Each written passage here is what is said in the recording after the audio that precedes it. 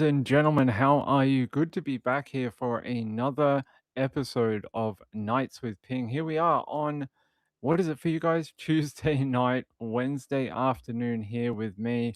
We have a bunch of updates, like a ton out of, well, all over the world, including a little bit more on Simon Carmen and what is going to happen now to the young woman Tunchanuk and where is she going now? It sounds like she's trying to they're trying to get her home to her family so they can do a traditional send off and funeral for her. There was one scheduled for today, but according to the authorities, they are still undergoing some forensic testing of her remains and they were not able to get her body back in time for the start of the it's like a funeral in a way, but or a wake, so they did a vigil instead tonight, but they are hoping to have her remains brought back so they can continue their traditional service for her, which actually lasts for like several days. It's not like a Western funeral that sort of happens in one day. They go over like several days. There's different traditions that they have to follow. So they are hoping to have her remains back soon. How are you all? Good to be here. Good to see you all. Um, oh, I'm sorry to hear that, Missy. I'll look at that in a second. I'm here. Matter charges against my cousin. Oh, I'm terrible. Your cousin killed her mother? That's terrible, my friend. Thank you, my friend. Hey, good to see you. I hope we can provide some comfort, but we're going to be talking about the typical very similar type of themes, my friend. I hope that's okay. I want to start off the show with this, though. Before we get into some Simon Carmen, have you guys seen this out of Florida? This young lady here, this story, she's a 31-year-old woman who was attacked by an alligator on Sunday. Her name is Brittany Clark, and she's from Orlando. Apparently, she was swimming in chest deep water when a gator attacked her. But the details of what happened next are some of the most I've done shark attacks and this and that before with animals, wild animals. This is I felt traumatized just listening to it. So while we wait for everyone to sort of come in, listen to this video. Seminole County. FWC has identified the victim as 31-year-old Brittany Clark of Orlando. Investigators say she died after a gator bit both of her arms on Sunday in 3 feet of water in the Econ River. West 2's Justin Shecker is joining us live tonight. And Justin, we are now hearing from her boyfriend who was actually with her during the attack. In the last hour, NBC News got a statement from the boyfriend of Brittany Clark. He says she loved going out in the water every chance she could, and never in a million years they've seen this nightmare coming. A family member is remembering Brittany Clark for her fun-loving spirit. She says the 31-year-old was an avid bike rider, and she loved her dog.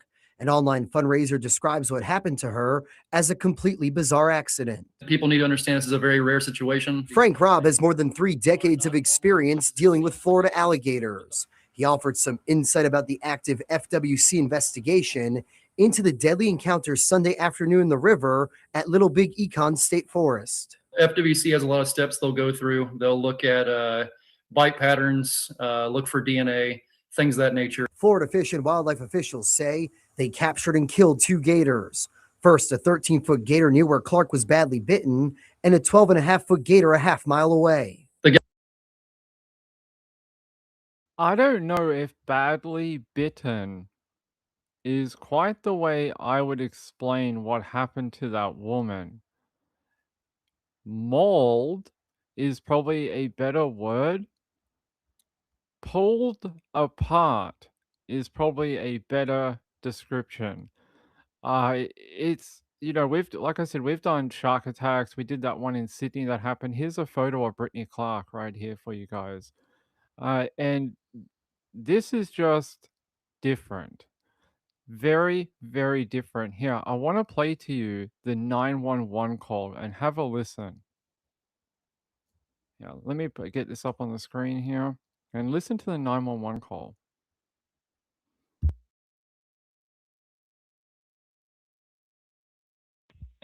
Fire rescue. This is Seminole with a medical transfer. They're going to be on the Kanawhatchee River. It's showing south of Bar Street and 426. Somebody got bit by a gator. Bad, real bad. Please hurry.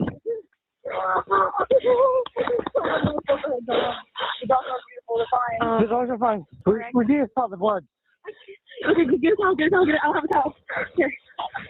Hey, come on. Pick it up, come on. Come on. We're good. Okay, he's going away. He's leaving, he's leaving. Ma'am, is the gator coming back? No, it's going away. We just have to get rid of the gator or get away from the gator. Okay, and how bad is the bite? Both her arms, both her arms. Both her arms are big. Are off, like. Did you hear the 911 dispatcher? Where is she bitten? And they're like, on the arms. And they're like, well, where is the bite bad? Where on the arms? And they're like, no, the arms are off. Her arms had been pulled off her body. Now, from what I understand, reading the police report today, she was swimming in water that was up to her chest, and a gator came from behind her and latched onto her arm. When the gator did that, it started to go into what they call a death spiral. And it started doing that like barrel roll type thing that gators do. And it tore off her arm. But just before this, they were able to open the gator's mouth and get it to release the arm. But as soon as they let go, the gator latched on to her other arm and then did the exact same thing to the other side of her body. It grabbed that other arm and spun and pulled off her second arm. When they finally got her to the beach, that is when you hear them on the 911 call. And they are basically, they're trying to help her. And the gator kept trying to come back and attack again. And they were trying to shoo the gator off, but also rescue their friend.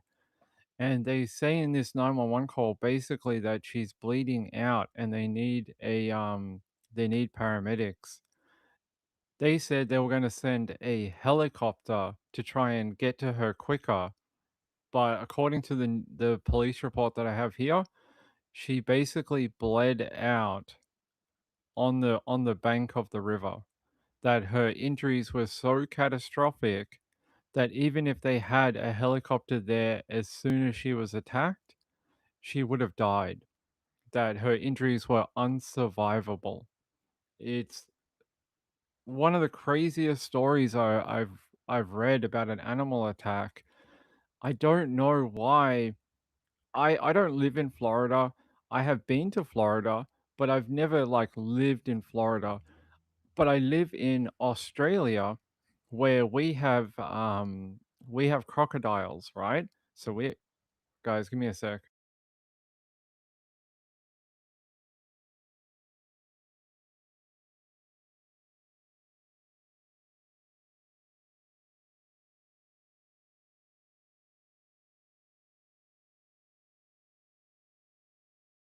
Sorry about that.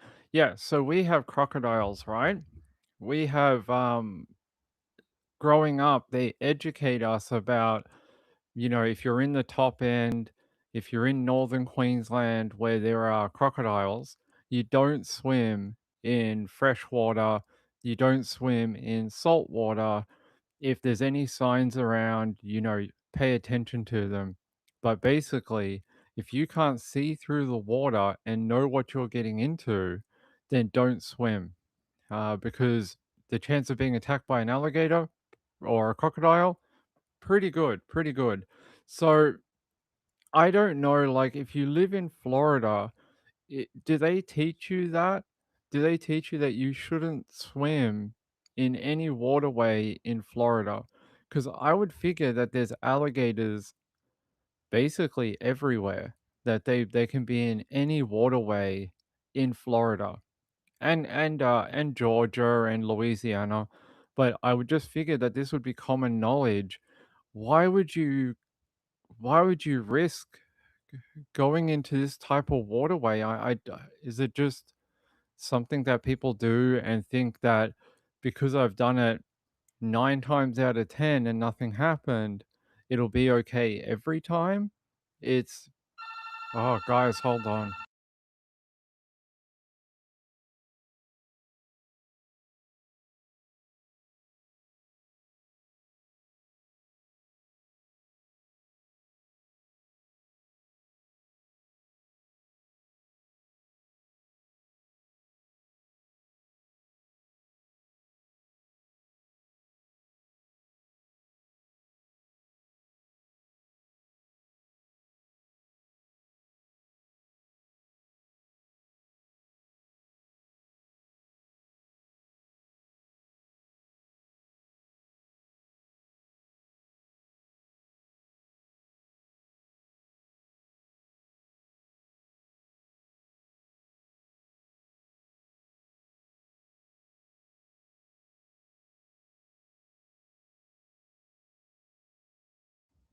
Alright, sorry about that. That ended up being my, neighbor. He locked himself out. Like, 2 seconds ago, I heard something go whack, and that's why I blanked the show the first time, and I went and checked, but there was no one there, and I was like, "Okay, maybe it's just the wind or, someone doing something," and then my intercom went off, and he's like, I locked myself out. He's like, "Can you let me in?" So, neighbors being very silly. Um, yeah, so I don't know. I would suspect in Florida that you guys would have education around waterway, like swimming in rivers or something like that. I mean, I would think so. Hold on.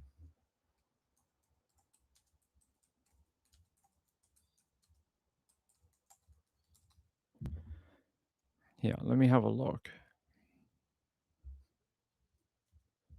There would have to be. I would think so. No.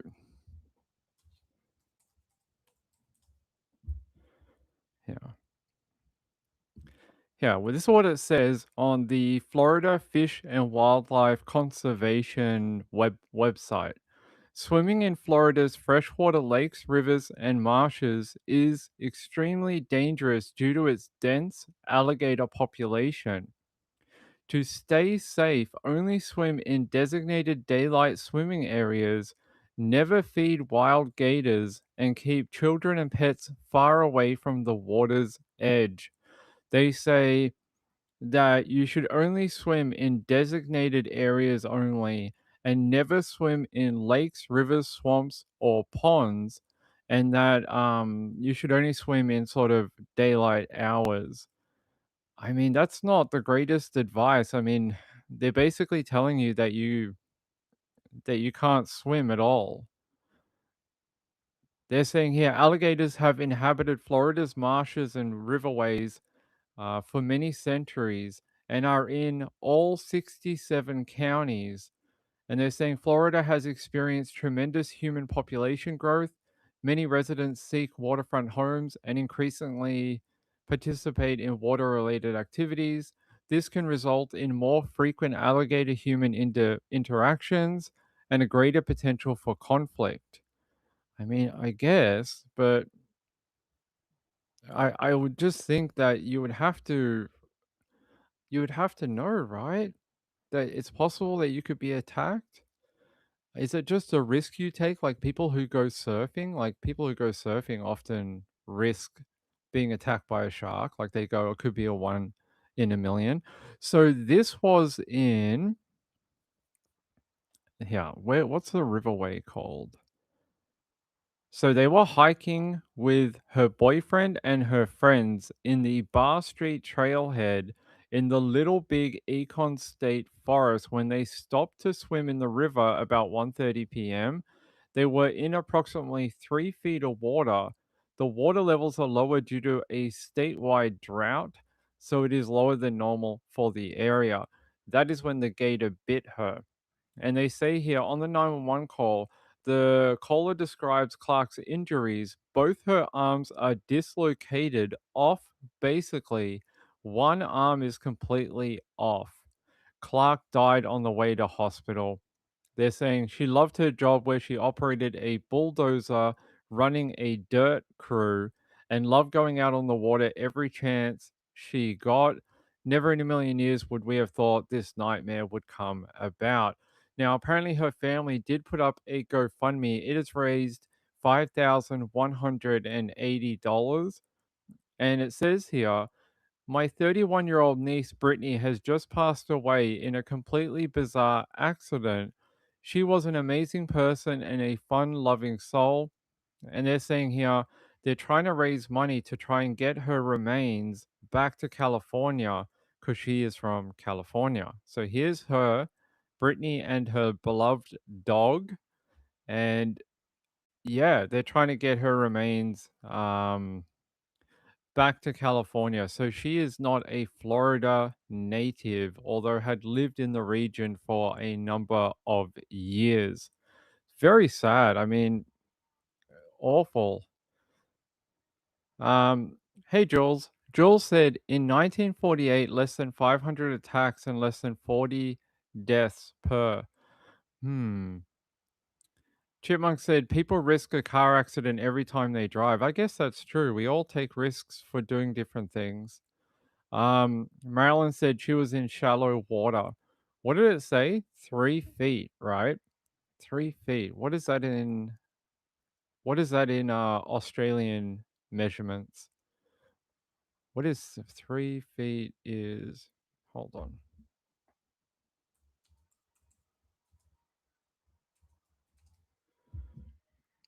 So it's about 1.5 meters. Yeah, so 1.5 meters of water. I mean it's not shallow.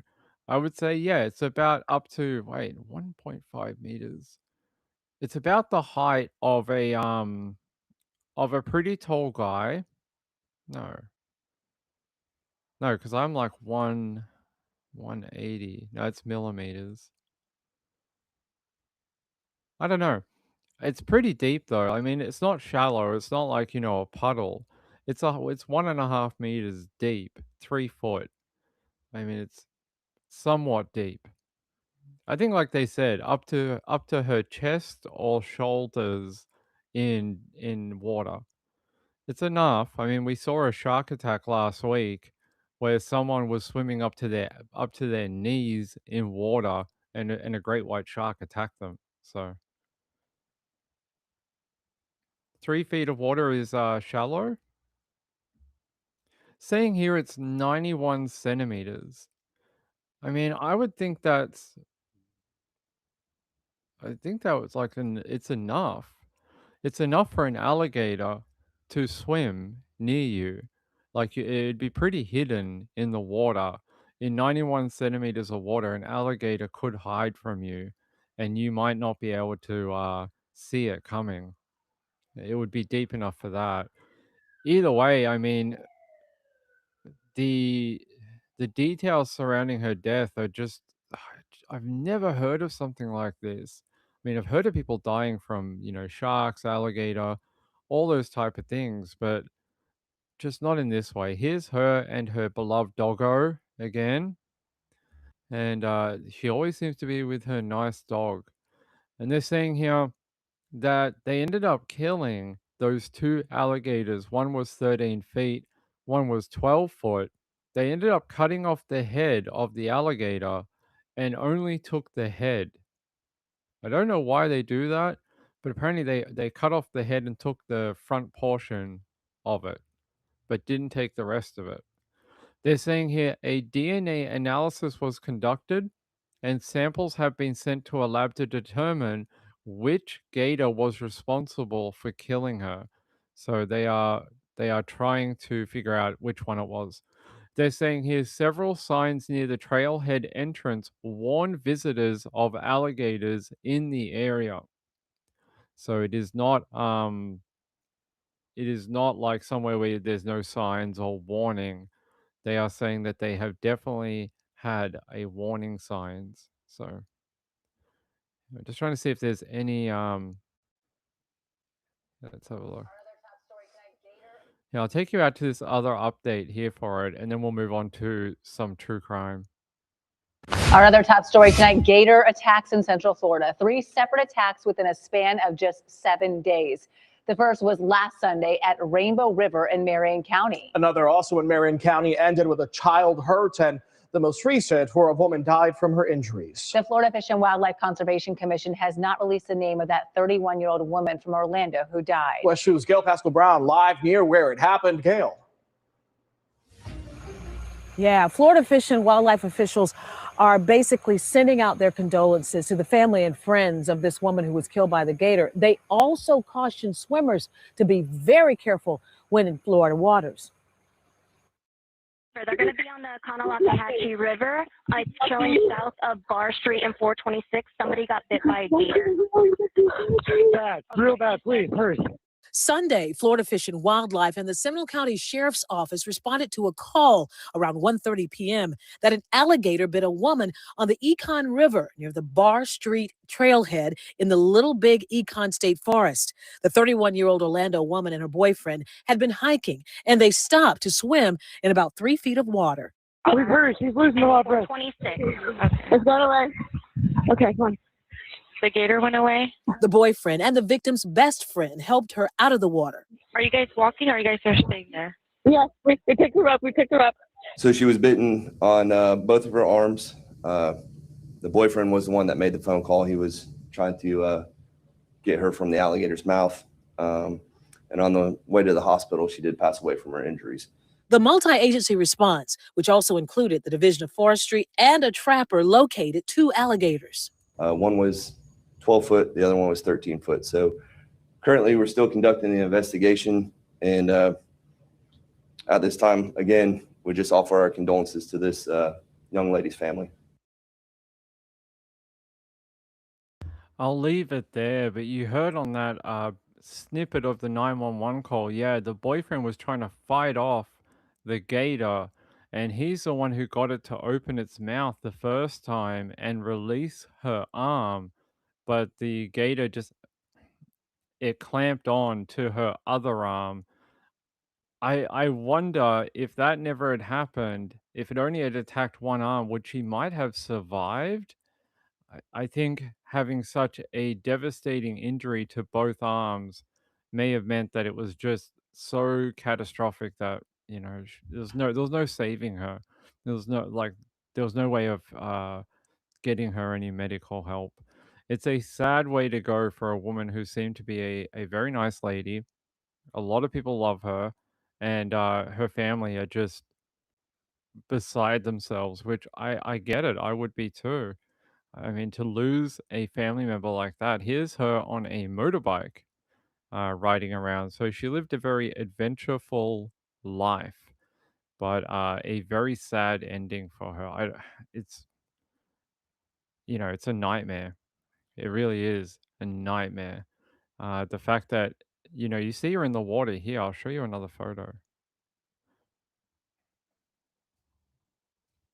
So she was always around water, like her family said, always swimming, always out in the, different waterways in Florida. I guess she had done it many times, probably never thought that a gator would actually attack her. It's very sad. Yeah, thoughts and prayers for her family. I hope they get her back to California. So that's what they're raising the money for.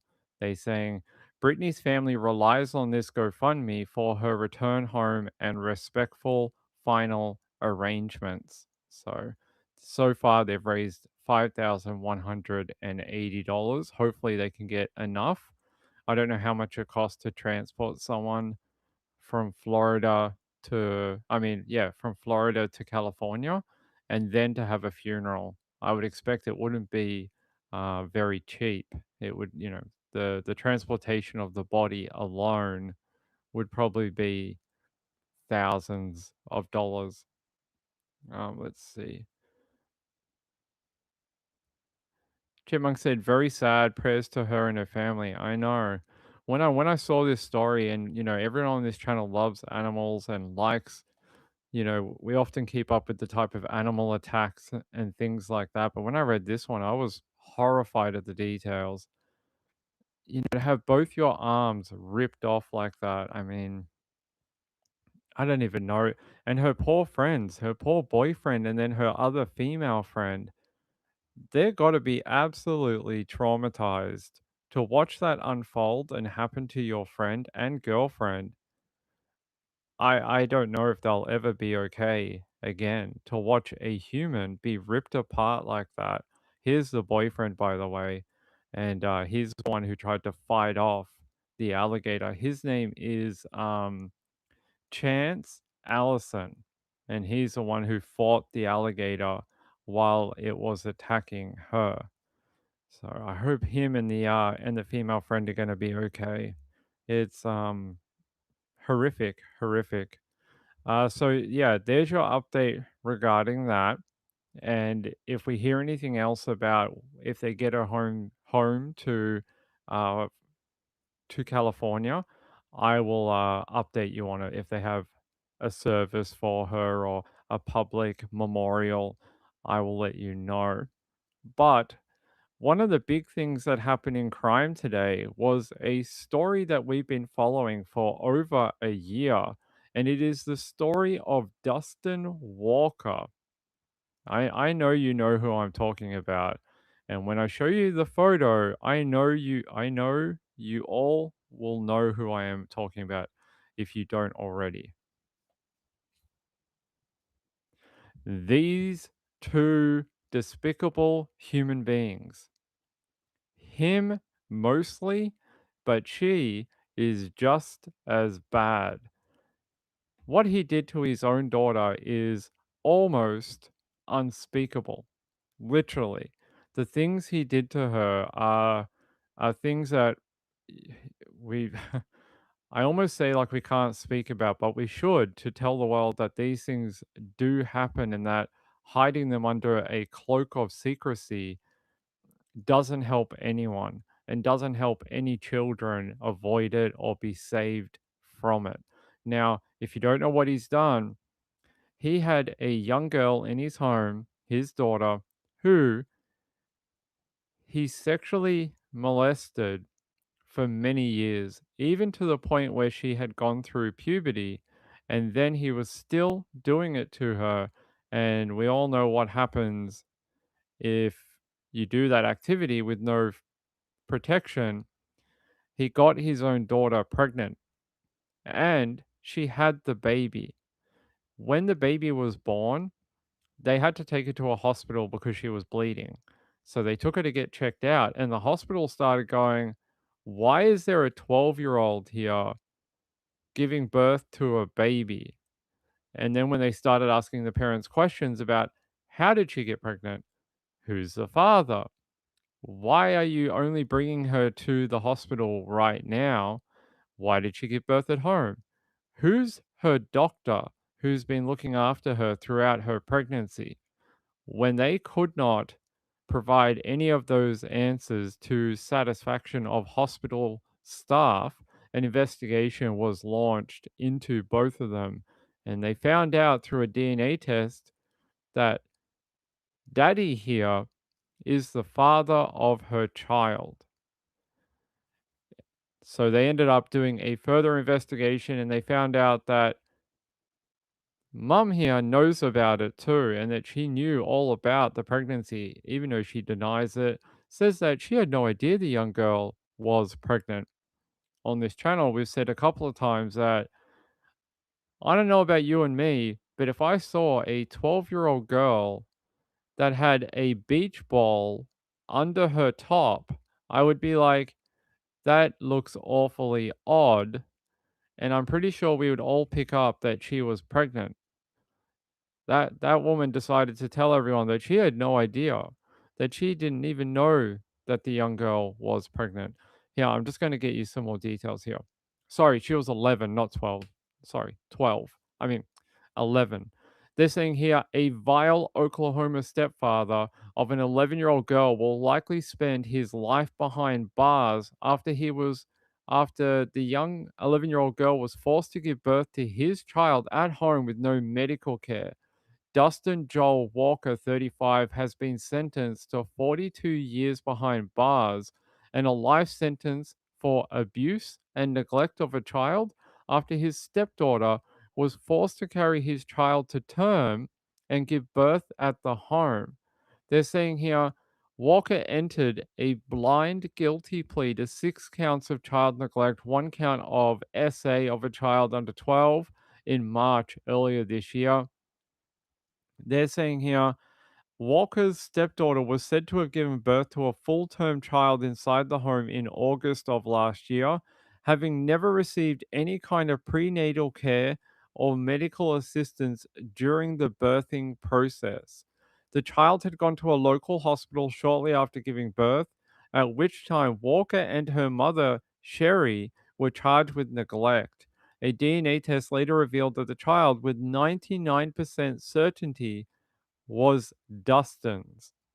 They're saying here that the child is traumatized. She's been through a horrific ordeal. I agree. That poor girl, I don't know if I hope she's going to be okay in the future, but this absolute worm of a human being, here he is, right here.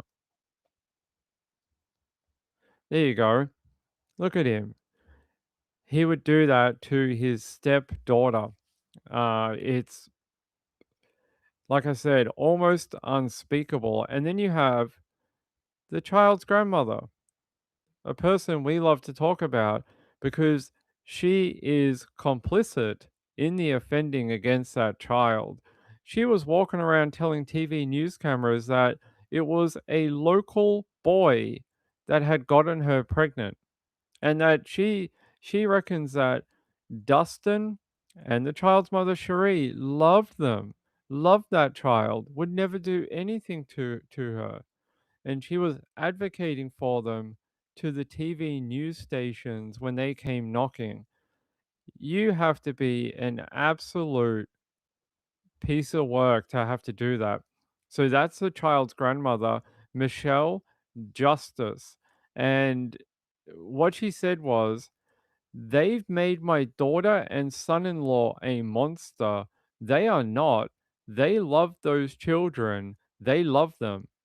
Yeah, apparently daddy loves one of them a bit too much. And I don't know what your scale or your understanding of that they love them and are not monsters. I don't know, in everyone else's sort of playbook, we consider both of them definitely, without a doubt, monsters because of what they did to that little girl.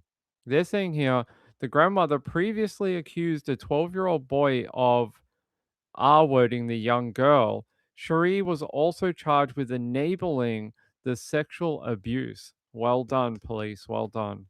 They're saying here that this is one of the most, if not the most, serious SA case and neglect cases ever prosecuted in the county.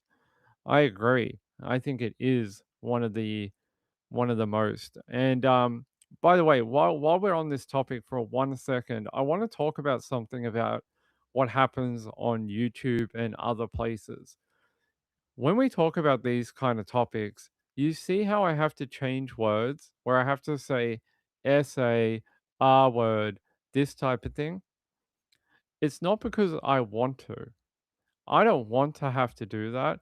I want to have to be able to use the real words, but we get smacked down so hard if we use the real words too many times in a video.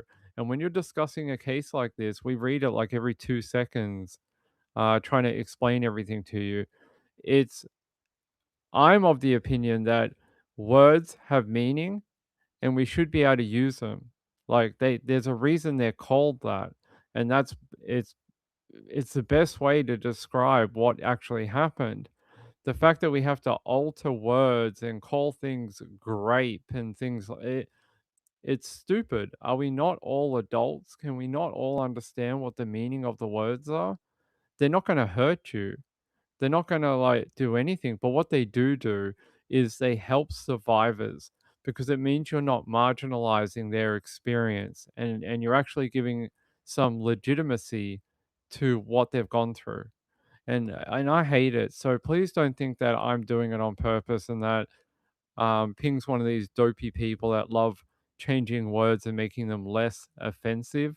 I wish I could just say it every fifth word in these articles. It's not me. It's literally YouTube. They don't allow us. But yeah, here, let me take you out to, I think it's it's KJRH. Give me a second. And I'll show you his court thing from today. Where is it? No, that's not it. Give me 1 second, people. I want to show you the court thing. Give me 1 minute. Where is Dustin Joel Walker? Yeah, here it is. Now I'm going to take you out to KJRH TV in Tulsa, Oklahoma, and it's also called Channel 2 out there. So let me take you out there. The Muskogee County District Court sentenced Dustin Walker to life in prison for felony sexual abuse with a child under the age of 12 for fathering a child with his 11-year-old stepdaughter.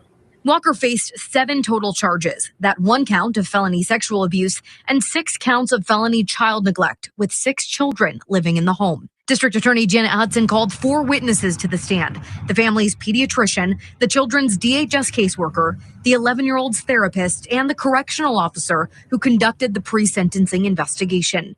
Investigators found the relationship between Walker and his young stepdaughter began when she was 10. She didn't feel the defendant was taking appropriate accountability and blamed the child and blamed his wife. Her recommendation was the maximum term allowed by law. Images entered into evidence were described to show the home in deplorable conditions, with no running water or air conditioning, and with feces and urine all over. The doctor called to the stand said the children he's treated were severely neglected. DA Hudson says it's one of, if not the worst case she's ever prosecuted.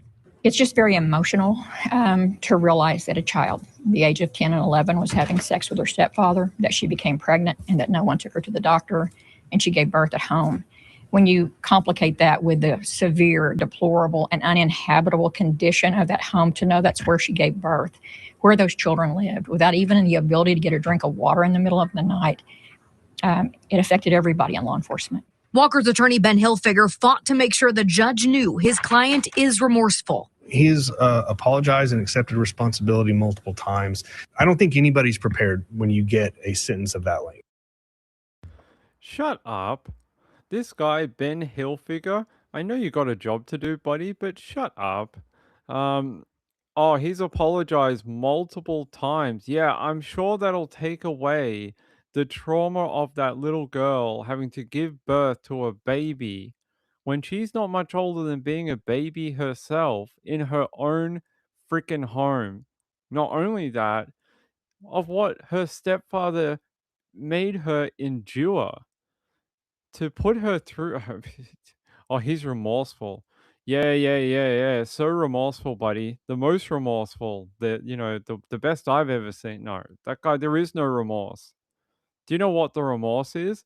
Not effing doing it in the first place. There's boundaries in life, and there's things in life that you're not supposed to do because they're wrong on such a deep level of humanity. And one of them is doing that to children. What's worse is when they are family. Doesn't matter if it's through marriage or through blood. It's still a family unit. She's still your daughter, adopted or otherwise. There is no remorse. I don't want to hear it. I don't want to hear it from Mr. Ben Hilfiger. This guy can go rot in jail.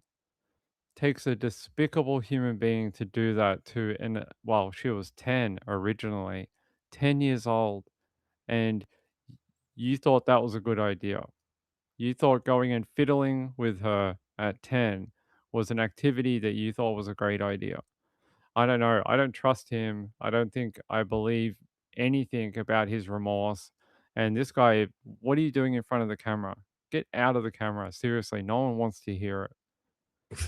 no matter how many times it's told to you. However, Mr. Walker knew exactly what the possibilities were, and he knew that he was looking at up to 8 life sentences consecutive to each other. Walker did stand before the court and apologize for his actions and for all of the people that he's hurt. Both the prosecution and the defense tell me they believe that sentencing was fair.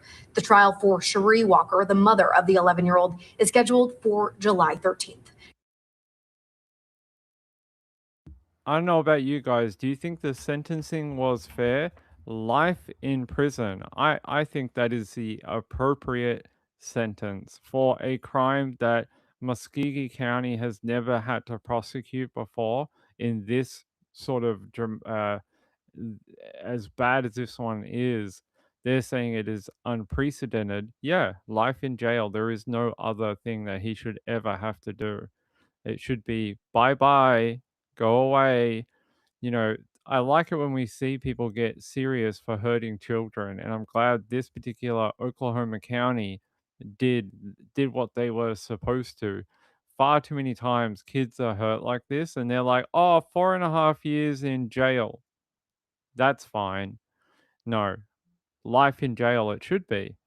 Maybe if we start doing that with every sex offender that hurts children, maybe they will eventually like go, "Wow, this is a bad idea. I could go to jail for the rest of my life."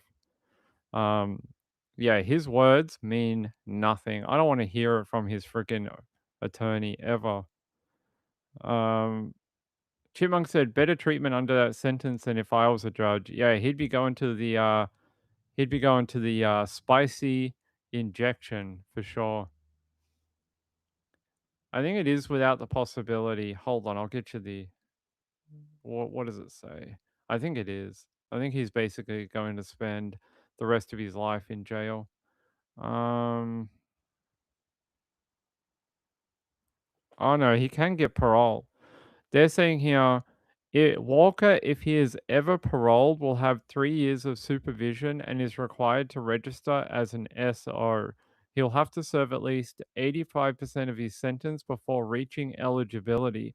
So if he is, what is he now? He's 35. He has to spend 42 years behind bars. That is what? 77? He has to spend 85%. He'd be 70 years old. He'd be a 70-year-old man if he ever got the possibility of parole. And that's to say that he even made it that far. That's to say that he even lives to that age. It is probably one of the most horrific cases that we've ever talked about on this channel. And we've read some really bad cases, but this one might be one of the worst. But he deserves it. They all do. The grandmother, the mother of the girl. This one, where is she? Here's Cherie.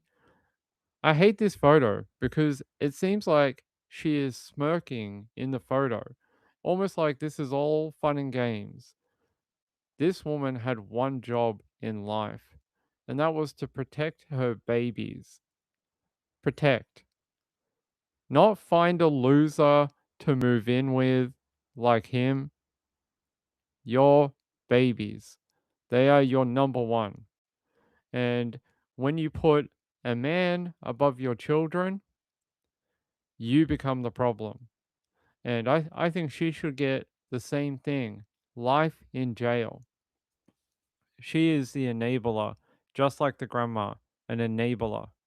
And she deserves, she may not have done the sexual abuse to the child, but she allowed it to happen. She allowed that to happen to her daughter. So just as bad as far as I'm concerned. There's no difference between them. Chipmunk, yeah, they were basically tortured as well. Tortured. SPN said, I just hope that child and siblings find a better home. And the baby. And the baby that she birthed. I hope the baby finds a nice family as well. Her eyes are dead. I agree. She looks like a shark, right?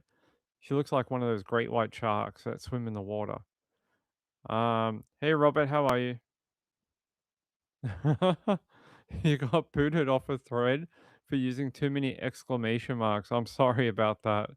Sorry you got booted. I hope you're okay now. I hope you're okay. Apparently you can't do that in life. Too many exclamation marks. Marlene said the female teachers are just as bad. They have the trust of children and their parents. Yeah, we've read some. The female teachers are up there, right? But it's a good result. We sort of knew that was probably what he was going to get, but it seems like he won't ever be able to harm another child ever again. We just have to do the trial for Cherie. She is choosing not to take a plea and to not plead guilty. She wants to go to trial. Well, that will be interesting. I'd love to know how she is going to justify what happened to her daughter. So we'll have to wait and see in July for that one. And then the grandmother also got charged, and I can't remember what the grandma got. Let me have a look. I think she's already been tried. Let me double check what the grandma got.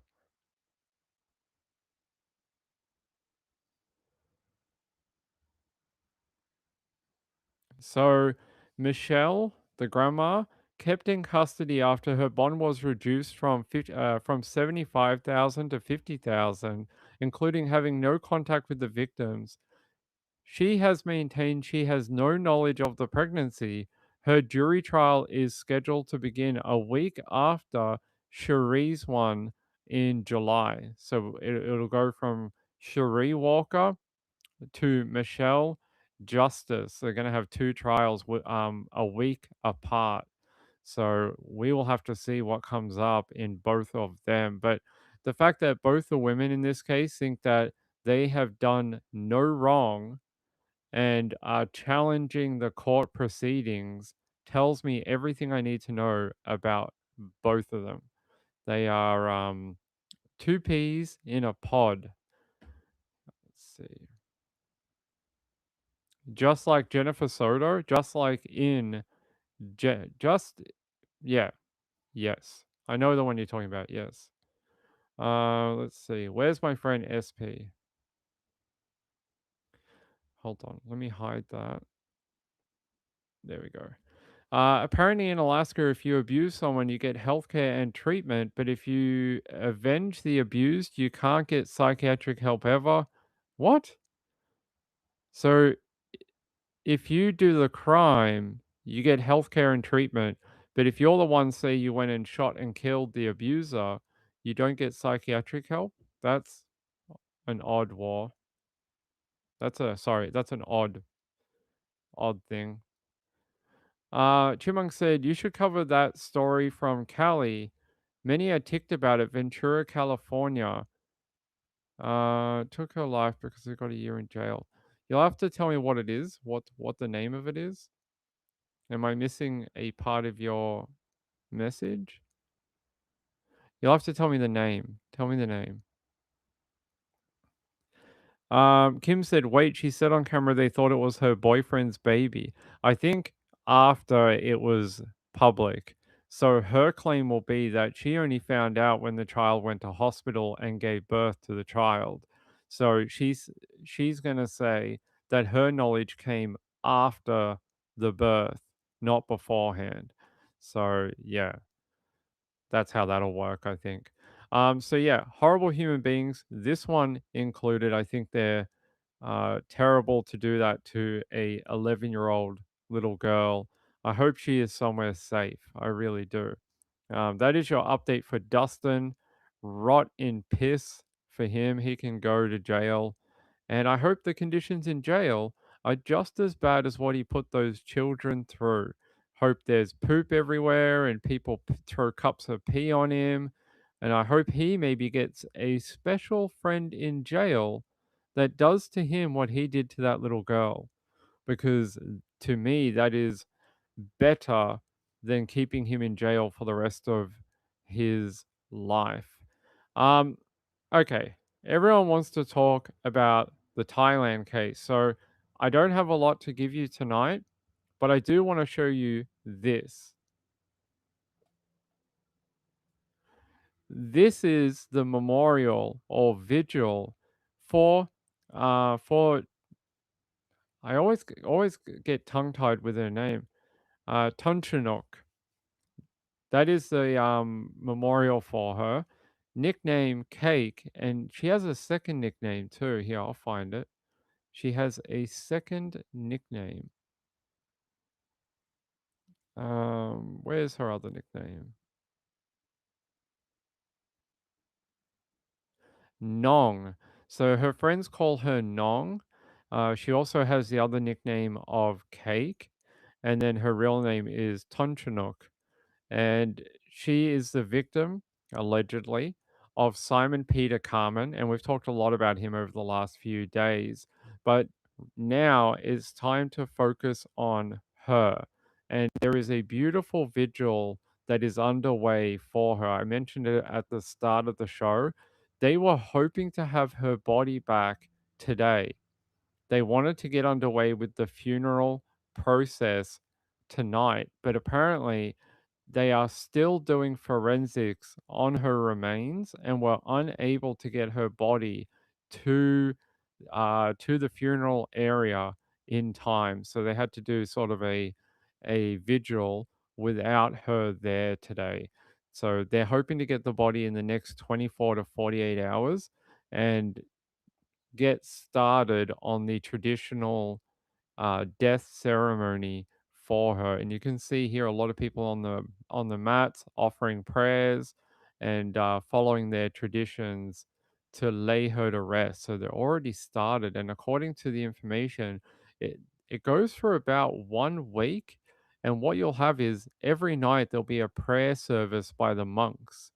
The monks will do a prayer ceremony for her each and every night of her funeral process. So they'll go out there and they'll pray to to their gods and do these beautiful ceremonies for her to lay her to rest.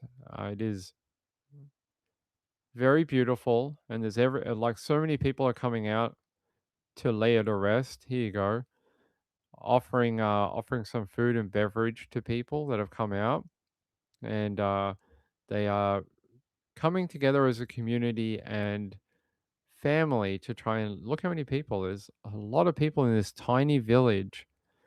So she's from a pretty small town apparently, and everyone's sort of come out to try and give her the send off that she deserves.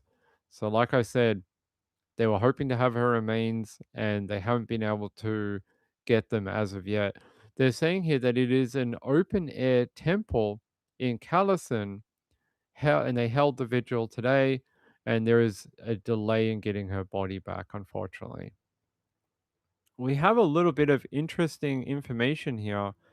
On Wednesday, the police colonel said, in the end, Carmen told us that it happened after he assaulted the victim following an argument. He said he may have strangled her, causing her to lose consciousness and eventually die. After that, he panicked and didn't know what to do, so he put the victim into the suitcase. He kept her in the bathroom for about a day, and later that evening, he loaded her suitcase onto the back of the motorcycle and dumped it. And there's been some interesting other information come out. Here's a nice photo of her, by the way. Here's a new photo. Lots of new photos of her coming out in the last 24 hours. There is some screenshots going around of a friend who actually tried to go to the apartment and save her. And I'm just trying to see if I can find it. Let me try and see if I can grab that for you. Okay, it's not this one. There is, yeah, here it is. You know how we heard about a friend that went to Peter Carmen to try and find out what happened to her friend? So they were filming it. And here is one of the screenshots provided. You see another young female that headed to his apartment asking him, Simon, about where is their friend? She came with you. We have you on video walking away with her. And where is she? So these are the friends that ended up reporting her missing, but they did go to his apartment where they knew that she had been with him because she had messaged him saying his apartment was very messy. And there you go. There's a new screenshot from it. And here's another one. They've blurred the identity of the young lady. And this is what they mean by his apartment was a mess. Look at all the alcohol. Look at all the big bottles of alcohol empty on top of the fridge here. I think that's a fridge anyway. And there's crap everywhere in this apartment. So no wonder when she got to his home, she messaged the friend saying, "This place is like full of junk." And here's another one where you can see just stuff everywhere, all over the table and whatever this is over here, a drying rack. And he brought a girl back here to this apartment. I'm surprised she didn't run out the door when she saw the state of the room. So there is new photos coming out. Yeah, Febreze. I saw that on the corner. Yeah. Um, yeah, that is him at the door. Yep. Here, let me go back to that one for you. This is him here. He is in the black top. There is a young girl here in with the long blonde hair. That is a female. And this is him standing at the front. So that is him. And I will go back to this one. Yeah, that is his room. And you can see when it was taken, 26th of last month.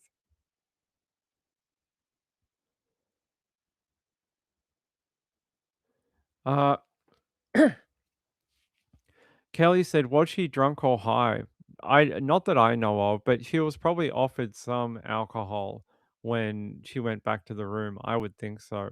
They're saying that the room was so messy and it had an odor that I'm guessing you can see all the crap in it. Probably did have an odor. And yeah, I would think that I'm surprised, like I said, she didn't run away when she entered that room. But yeah, lots of new photos coming out of her. There's another one if you wanted to get a nicer photo of her. So it's piecing together as we go along. But I actually think this video that apparently the friends have handed to authorities, this one might be actually a big part of their evidence, along with the other CCTV. The fact that they came to this property, spoke to him, asked about their friend, and he said that she wasn't there and that he hadn't seen her since that night. I worry though, had he already dumped her body by this point in time? Or is her body in the bathroom in this apartment in the suitcase at the time? I hope not. I hope their friends did not come to the apartment and their friend was in the suitcase. Ugh, that would have been not very nice. Here's another photo of the room. So this is from the front door. You can see it's not a very big apartment. It's a pretty nice little apartment if you ask me, but it's just full of junk. There is junk everywhere, including, like I said, all those alcohol bottles on top of the fridge over here. So you can see down and into what looks to be like a almost like a bed sit or a studio apartment. Studio apartment is sort of what I would call it.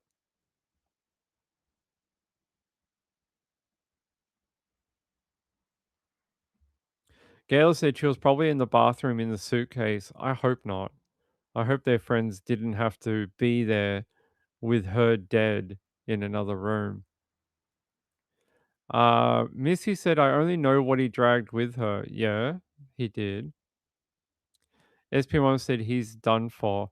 I think once this one goes to trial, they're going to throw the absolute book at him. They've got so much evidence. It is crazy. Espion said, I now am missing Thailand and my Thai friends. Been 20 years since I was there, but it was like home. I must message my friends. Yeah, you should check in on them, see how they're doing. Lisa said, I said his face looked like an alcoholic. A little bit, right? And I reckon you might be right with the amount of alcohol that was in the property. Yeah, I'll get you back to this one. His face in this screenshot, he looks very worried that these friends of hers have turned up to the apartment. Look at the look on his face. The look on his face is like, oh shit, I'm in a lot of trouble. They have already figured it out. He looks absolutely stunned that the friends have come and tried to find her. By the way, very good friends. The fact that they cared that much to try and find their missing friend, that is the type of friends that you want in life. Friends that will do that. They weren't able to save her, but they did a lot in trying to track her down, tell authorities, all that type of thing. There is a little bit of a video where you can see her talking, and I thought maybe you might want to watch that. It's not very long. It's only like 15 seconds, but it has some film clips of her from her social media.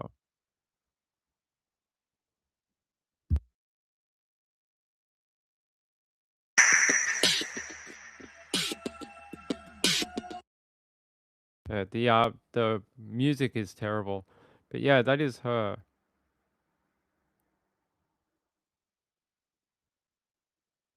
So probably the clearest look at her, because we don't have a lot of video of her at all, but you can sort of see what she was like.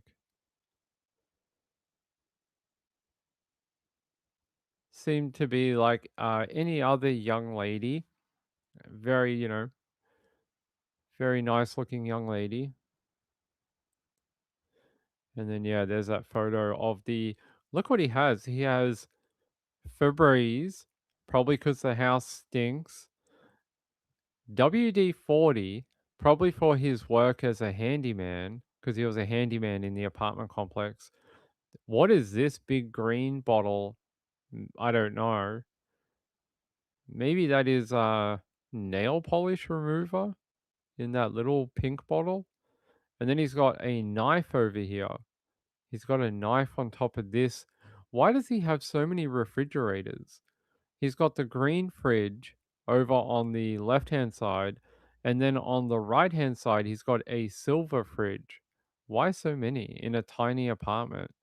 I don't think you would need that many fridges, right? Unless it's a microwave, but it sort of looks like a fridge. But so yeah, there's a good view. I'm looking forward to when we might get this video, like the whole thing from the friends. Although I hear right now, yeah, the cops have it. The cops have that photo. I mean that video. Here's another photo of her for you. So they're sort of the updates right now, and I think the biggest thing we can talk about is, well, the funeral and vigil for her. The fact that they're trying to get that process underway. Hopefully they can in the next couple of days, but the authorities have not returned her body to them as of yet. Let me try and yeah, let me try and see if I can find that video. When I checked a couple of hours ago, it was not out yet, but I'll see if it is now out.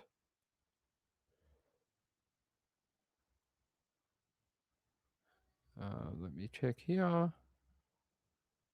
Give me 1 second.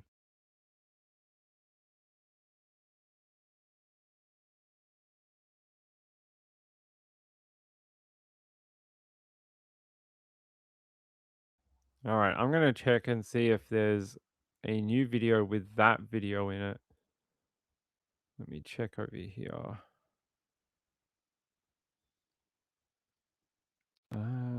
or one about her vigil, because I'd like to see more about that and watch it with you guys. I am not seeing a new video. No, I cannot see it. Hopefully we'll get it at some point this week, but so far it is not up on the ABC website yet. Yeah, we're gonna have to wait on that one. Sorry about that. And what else? Do we have anything else in this one for you? Here. On Tuesday night, her family and friends gathered for her funeral at an open air temple in Callison, about 200 kilometers from her hometown and about 700 kilometers from Pattaya. But they instead changed their plans and held a vigil when her body did not arrive in time because of the ongoing murder investigation. The funeral was rescheduled for Wednesday. They say a friend wrote on social media, update, the morning of the 29th, the body has not arrived at home. It is expected to arrive in the evening of the 29th and the funeral will be held the next day. That means she should have already been laid to rest, but we may have to wait for confirmation on that. They're saying at the vigil, a framed portrait of her, who friends call Nong, can be seen at the center of an elaborate floral display, and loved ones have knelt on a mat to offer prayers. They're saying rows of chairs line the temple as family, friends, and elders gathered to mourn. The vigil invitation reads, "Come to send the sibling back to heaven." Yes, send her to heaven. They're saying her wake is expected to span several days, featuring nightly chanting led by local monks. Alongside traditional flower wreaths, mourners will offer food and symbolic items, including fans, to ensure she is comfortable in the spirit world. Close family members will then pour blessed water over her hands before cremation. So they will do that before they cremate her for her families. Um, yeah, they have an interesting process for how they deal with funerals, including that almost like washing of the hands before the final goodbye with the cremation. Yeah, let's see if I can find one more.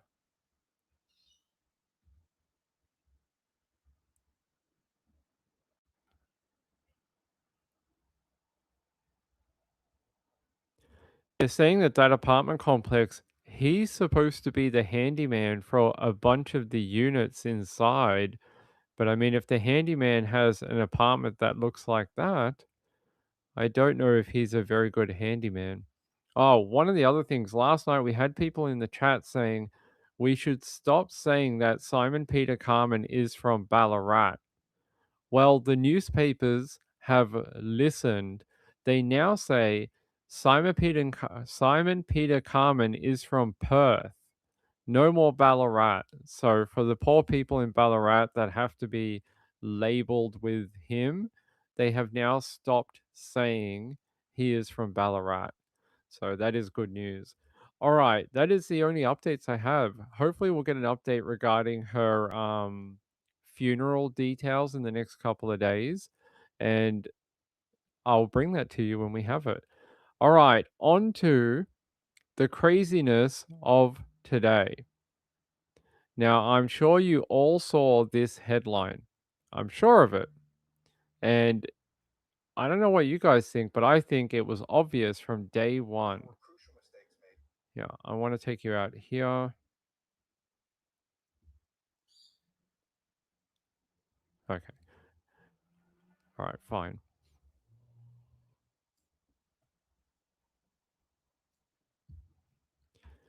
Ransom notes in Nancy Guthrie case determined to be fake in bombshell update as sheriff blasted for refusing help in early days of disappearance.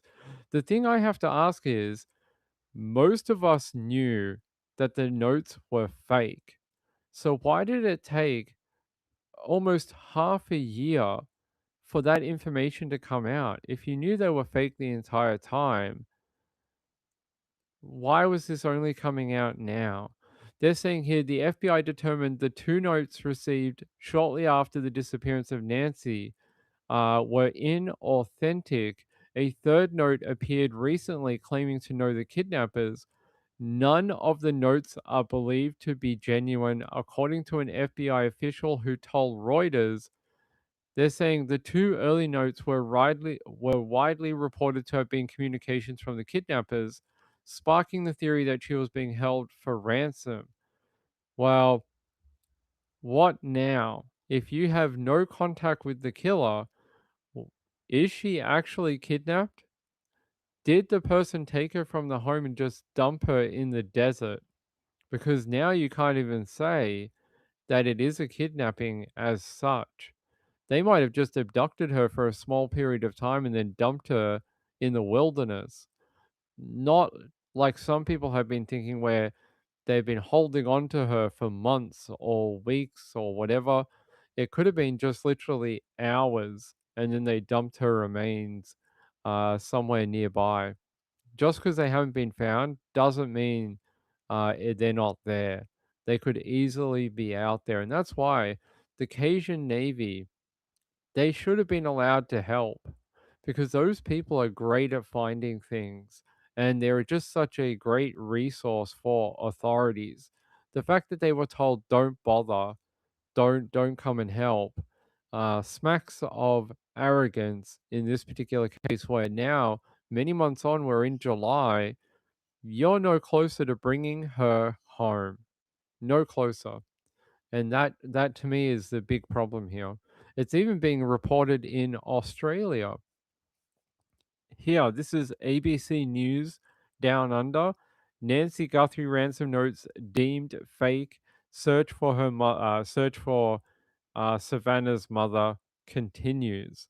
So it is being reported around the world now that those ransom notes are rubbish. And if you ask me, the inclusion of one Bitcoin was a big telling point that these were just crypto scammers hoping to get a bit of money. To me, that's what it's always been. They're just people trying it on, hoping to get some money. And you know what's even silly? The FBI did transfer some money into one of the accounts that they were given, and the money, even today, has never moved. I think those people that were writing the emails were so freaked out. And obviously, if you move that money and then turn it into whatever currency, the cops are going to find you and they're going to kick down your door. Even if you're in the UK and Europe or something, this case is so large now that, yeah, they will find you. So, yeah, that is the big news out of today for the Nancy Guthrie thing. The ransom notes are inauthentic. It just gives us confirmation of something I think a lot of us have known for a long time, that they never came from the kidnappers. The kidnappers were never going to wait that amount of time to try and get their money. And they would have offered some crucial detail that the family and authorities would instantly go, that's authentic. They would have gone, oh my God, that's really them.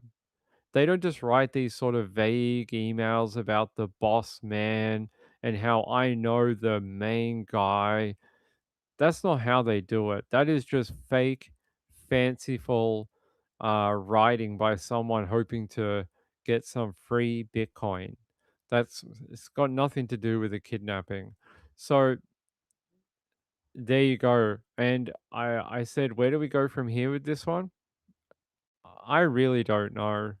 I think it's either going to be someone is going to call the authorities and tell them what they know, or they are going to discover her body, like a walker or a hiker, something like that. And now that it's coming into summer in Arizona, I think someone's going to stumble upon her body at some point, and they're going to find human remains, and then that is most likely how Nancy Guthrie is going to be located. I don't think it's going to be from like a big raid or something like that. Sorry guys, my chat is delayed. Sean said, I'm staying at my dad's retirement village and feeling young again. Yeah, Sean, you're like the young stud at the retirement village. Don't let those old ladies take you to bingo. Don't let those old ladies take you to canasta. Otherwise, you're gonna have some very strange date nights. Sean's gonna have some strange date nights with the old ladies. Oh, there we go. Ah, can't get this message on the screen. There we go. In Brianna's interview, she said the first one or two were most likely real. She saw and said the Apple Watch was on the floor. It was letters Savannah's family was responding to at first. What? You're saying that the family believes one or two were most likely real? She saw one, and one said the Apple Watch was on the floor. It was the letters Savannah's family was responding to at first. I don't know. FBI reckons they're fake. FBI reckons they're inauthentic. You got a problem though, is that some information was getting out into the public domain in the first like week or so, and there were people online that had, I don't know how they got the information, but there was random tidbits floating around through the internet. Things that, things like that, Apple Watch and the backlight and things like that. So maybe they guessed it. Maybe they pieced it together from things the sheriff said. That's more likely than it actually being real. The very first two letters they think were real. I don't know. They're saying, it says here that they don't believe they're real. Yeah, let me go back to the article. Actually, let's go. You said it was Brianna. Let me go to ABC 13. Hold on.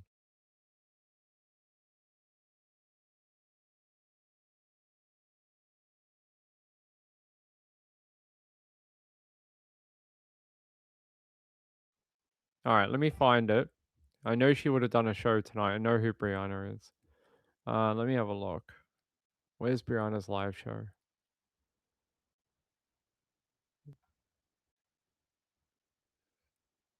Did she not do one? She does that like true crime at night or whatever. Hold on.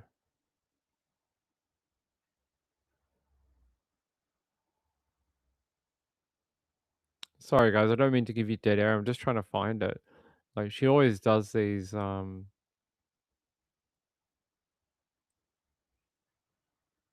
Okay, I'm very confused. It's Arizona. It's ABC 15 Arizona, right? Or is it the other one? Hold on.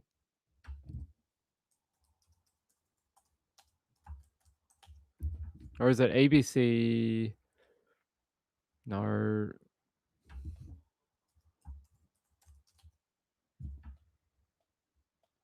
Oh no, it's CBS 5. Sorry. Why did I think it was ABC 13? Okay, we'll find it now. Where is it? I want to watch it with you guys because I haven't seen it. I have not listened to her sort of true crime at night or whatever they call it thing in a while. Let's see if I can find it.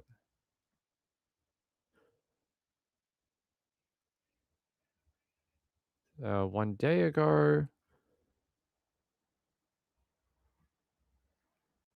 Everyone's probably telling me to look at the chat. I'll look in the chat in a second. Hold on. Do they not do it anymore?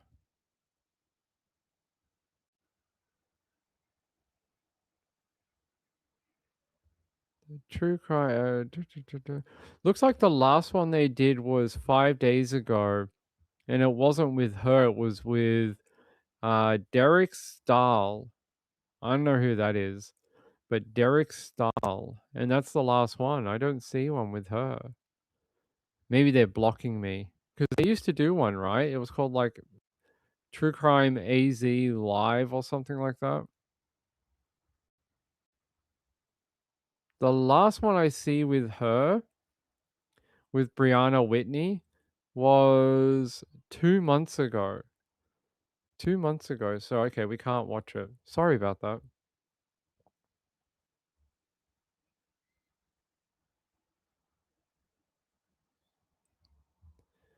Oh, she doesn't work there anymore? Ah, with Ashley Banfield. She works for Podcast Now Crime Junkies. That's interesting that she left. I didn't know that she had left. I haven't been keeping up with the news station. Okay, I don't know who Crime Junkie is. Ah, Ashley Banfield show. Okay. Ah, that's a shame that she left. Is her new show any good? I I don't watch other channels. Yeah, that's a shame that she left AZ Family. She'd been there for a while. She's not with them anymore, according to the other comment. I had no idea she left. Okay, well, I hope her new podcast is good. Do they only talk about Arizona cases? I'll have to look it up. I did not even realize that she had left. But look, I believe the FBI. I think that the FBI, I don't understand why the FBI would come out in public and refute this information if they thought there was any hope of reaching the kidnappers. If they thought there was any hope of reaching the kidnappers, they would not be coming out publicly and saying, these are all fake. These are not real. I think that would be a bad idea because you might piss off the kidnapper and they might do something very dumb. So until otherwise, I'm just going to assume that this one is correct.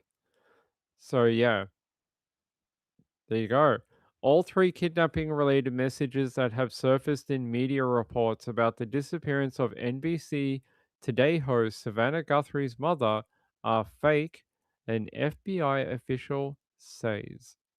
They say the FBI assessment pertains to 2 ransom notes reported early in February, days after the 84-year-old Nancy Guthrie went missing, and a third, more recent message from someone claiming to know the kidnapper's identity. None of the ransom notes are believed to be genuine, according to the FBI. And they're saying here, a second law enforcement source familiar with the matter confirmed the FBI's assessment. So they not only have one source for confirmation, they have two. Two separate people are confirming the same thing. So at least those two early on when she was taken, and then one recently a fake. But if they've had like 5 of them, then maybe you guys are right that 2 of them might be real. Let's see. SPO said agreed the FBI has something here. Yeah, you might be right that they're trying to do something or go in a different direction maybe, because so far the kidnapping thing hasn't worked. All right, let's see.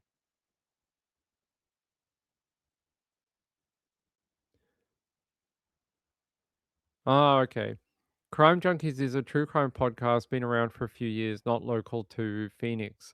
It's a shame. I like to work with ABC Family, but if that's what she thinks is a good direction to go in, then it's her life. But I liked her reporting for ABC Family. I thought she did a good job. Kim said the case is very confusing. I think it's confusing that we've not had anything solid since the day that she went missing. Like, can anyone tell me, has there been any positive update since the day we found out that she was taken from her home, other than the camera footage where we see the masked guy? Has there been anything positive at all? A sighting, a person, who they might be, how many people might have taken her, where she might be. Like, it is one of the most quiet kidnappings I've ever heard of. I've never heard of a kidnapping where they don't want to talk to the media, that they don't want money, that they don't want to get rid of the person they are holding. Never heard that before in my life. Most of the time, a kidnapper wants their money. They don't want the person. They want the cash, right? Just fluff. Yep. No, yeah, you guys. I think we're all on the same. Kelly said, yeah, and she interviewed Lori Vallow before and after trial too. Yeah, I thought she did a great job. I think ABC Family will be lesser for losing her. If they knew who they were, I'd turn them in for that fat reward. To hell with Bitcoin. Maybe they'd pay you in Bitcoin. All right. What time is it? 3:51. Okay. Yeah, anyway, I wanted to share that with you because it's not very often that stories from America make the news down here, especially with ABC.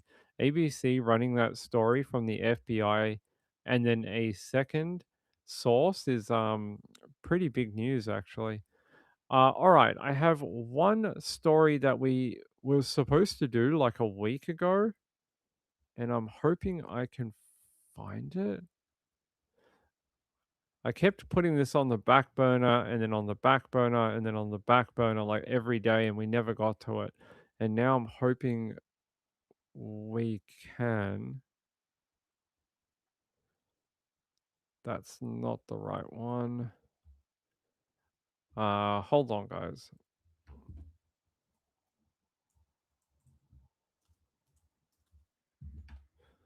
Let me check if I can find it. There was this interesting case from like a couple of probably like 2 days ago. Is the one you guys were talking about earlier, is that the California one where the boyfriend tortured the girlfriend to death? Is that the one that you guys were talking about earlier? You guys will have to tell me if that's the right one. All right, let me see if I can find the one. It's about a mom.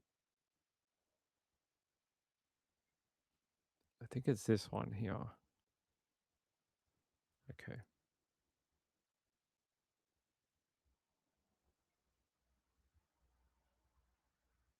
Yeah, let's go here.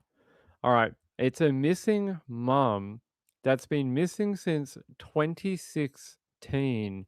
I've never known like of this story until recently, but I was very intrigued because anytime you have someone missing for that amount of time that has a partner, right? Hold on. I am get off. There we go. It's always like, where are they? What happened to them? So here, I'm hoping to take you out to Philadelphia. Yeah, here we go. I'm going to take you out to Fox 29. Here we go. The FBI now involved in an investigation in Philadelphia's Alany section that's created a massive law enforcement presence. The investigation happening on the 400 block of West Chew Avenue. Police say lots of ammunition found on the property, fake IDs, lots of chemicals, and they are not sure what the suspect was intending to do. This is Fox 29 News at 5. I'm Dawn Timoney. We know the suspect who is linked to the address is in custody, and this is that suspect, 44-year-old Eugene Horsch. He is facing numerous charges. Let's get right out to our Ellen Kaloje, who's live at the scene. Ellen, police giving an update this afternoon. That's right, Dawn. They had a news conference about 2:30 this afternoon, but this all started last Friday at 6 and Market when a park ranger said he saw a man and a woman fighting in a car. They say they found guns, drugs, and fake DEA credentials, plus an ID in the car from a missing woman. Now, that led to the arrest of a man, and then that led police here to Chew Avenue.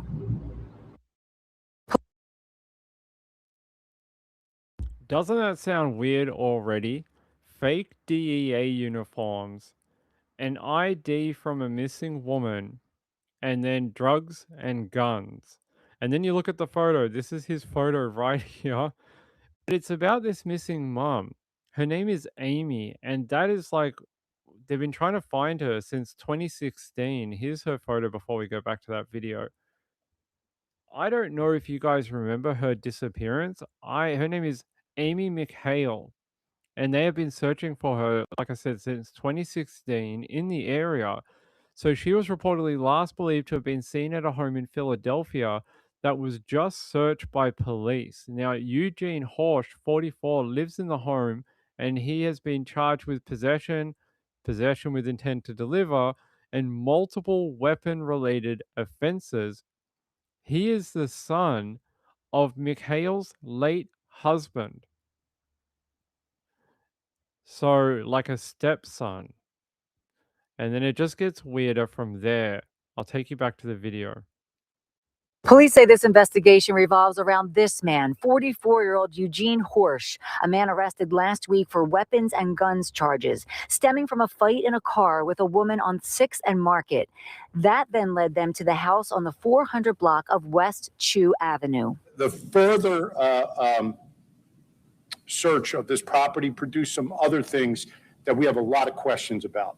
There were in the basement area of this property chemicals. Various chemicals in bottles. In addition to more guns and ammunition, investigators say they found a lot of chemicals they believe most likely to make drugs and a 55-gallon drum. We're going to be careful what we have and use caution, but it's definitely a strange setup. There's hoses coming from barrels and things like that. So enough to pique our interest, enough to move back and let our experts come in and help us. Investigators say they also found some urns inside the house, but at least one has the name of a family member on it. And even though homicide detectives are taking the lead in this case, police want to stop rumors circulating that this is some kind of house of horrors. There's no apparent bodies inside the house. No, not bodies that I could see in the house. Now we're going to further search. There's a sump pump that looks like a hole in the ground, but there's no bodies. No, I don't have any bodies. It's still upsetting to people who live nearby, though, because they're still not sure exactly what was going on inside this house. So you have a sump pump, various 55-gallon drums with hoses coming out of them, a couple of different urns with human remains, fake IDs, DEA uniforms, drugs, other things, firearms, and his stepmom is a missing person for almost a decade. Now, like the authority said, they're trying to avoid this being like a House of Horrors type thing. But where is Amy? Where is Amy Mikhail? Does he know where she is? And why does he have her ID on him? It's all a little weird. They're saying here the Philadelphia home at the center of a drugs and weapons investigation was also the last known location of a mother who went missing a decade ago. Philadelphia police said they recently arrested Eugene on multiple charges, and they're saying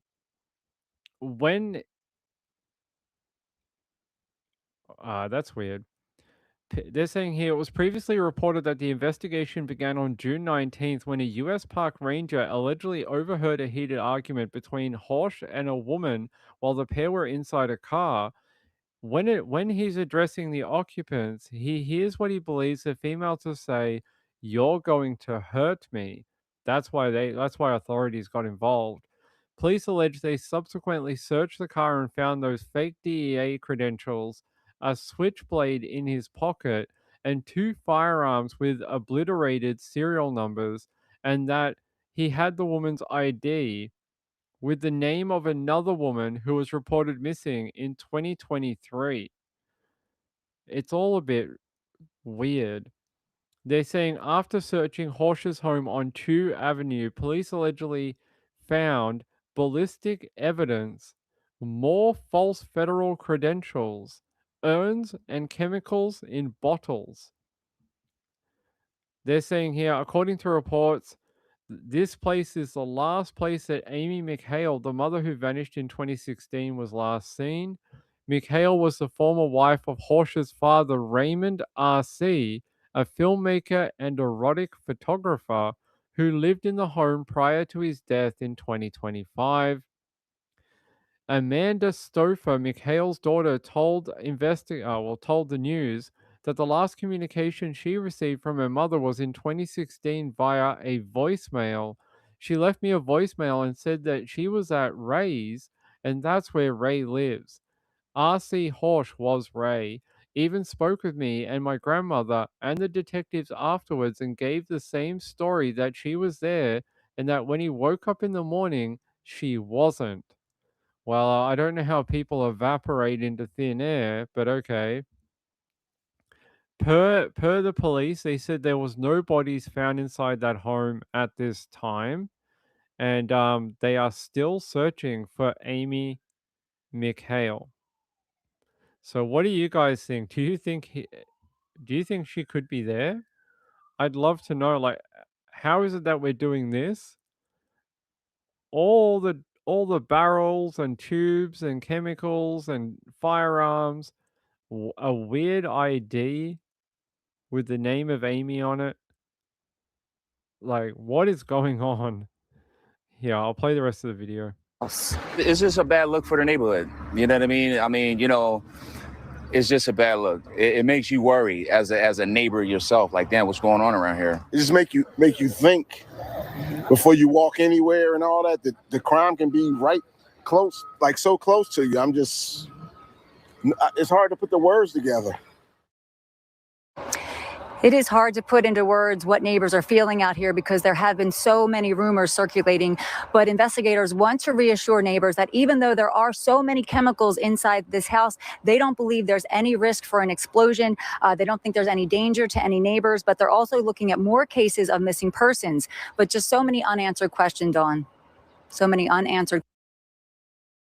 Yep, so many unanswered questions and not a lot of answers into what happened here, really. Hey, Dan Yee, how are you, buddy? Dan Yee is asking, did anyone watch Pat Brown on Gus's grandma's interview? I haven't seen it, buddy, but I will watch it for you and then I'll tell you what I think. Let's see. Hey, Dark, how are you? If that's Pennsylvania, many areas are prone to basement flooding. Some pumps often used to remove water from basements. The rest sounds very sus. I agree with you. I think it sounds very sus too. I want to know what the chemicals might be. Is he manufacturing in the home? But maybe the whole family is just odd, including the dad. I mean, the dad was a a spicy photographer, according to the details here. But it would be nice if we could find out what happened to Amy McHale.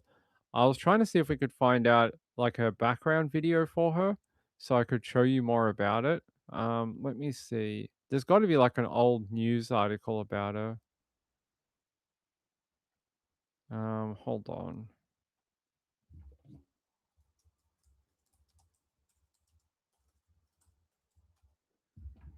I'm trying to see if there is anything from back. I mean, I guess it is a long time ago, 2016.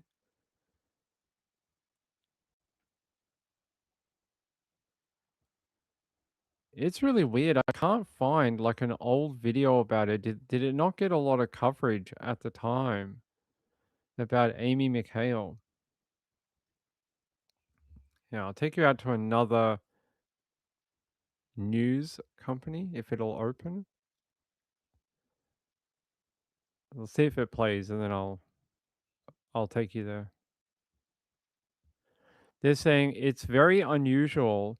2 missing women linked to a mysterious investigation at a Philadelphia home. Why is there now a second woman? Who's the other woman?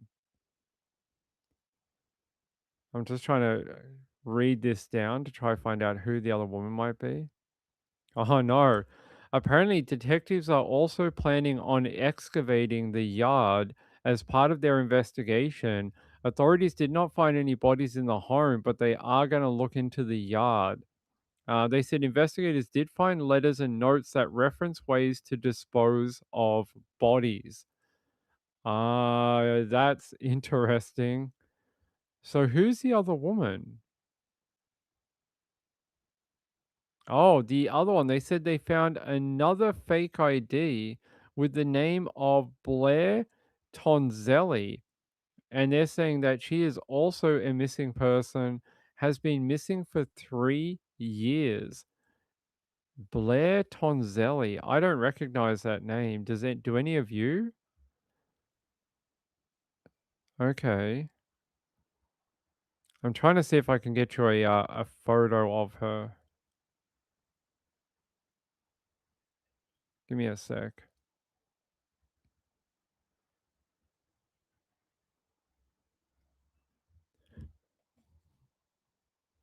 Not a very good quality image, but that is her, and she has been missing, and apparently she vanished from the local area as well. Here's another photo of her.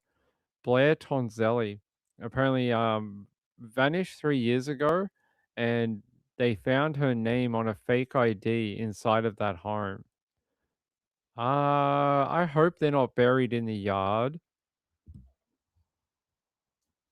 There's another photo of her looking a little worse for wear in that particular photo. But what's his fascination with missing people? I mean, Amy McHale was going out with his father and was like seeing him. What is the other lady's connection other than the ID? It's a bit odd, right? A bit odd. So I don't know. I can't tell you, but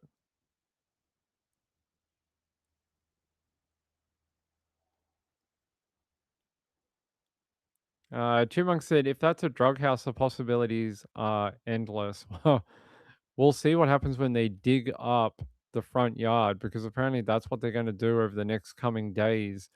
I think they're worried that there might be human remains buried on the property. I have a funny feeling that, two missing women both may be linked somehow to either the son or the father. Maybe they've been doing this for a long time, but the father only died last year. And what does it say here? It says R.C. Horsch was a filmmaker. Here's a photo. I don't know if I should show you this. There is his father. They're saying he had a 50-year body of work ranging from poetic to explicit. His artistic work often focused on scantily clad women in masochistic settings. He had numerous criminal convictions, including for drug manufacturing and forgery. Is his son taking up the family business? The fact that daddy was into the same type of things, maybe did he pass down the family business to the son after he died? Let's see, what else has he done? So this is what he looked like later in life. This is about 10 years before he died. What else did he do? He died at the age of 82. So he married Amy McHale in 2004, and then she went missing in 2016. But in 2009, he was charged with growing over 450 cannabis plants with 2 shotguns also confiscated. He was subsequently sentenced to 54 months in prison and was released from jail in 2013. He was also, in 1977, police raided his home and discovered equipment that they allege was used for the manufacture of meth. He then fled to New Zealand, later returning to California, where he lived under an alias of Richard Harris. He was captured in Florida in 1985 and sentenced to 3 years in jail. My God, this guy and his family have had a hell of a background. And now the son picked up on charges very similar, with things in the basement like 55-gallon drums full of chemicals. missing women, drugs, firearms, forgery, fake ID. It seems like that is basically what has happened. Once dad died, the son basically took up the family business and continued.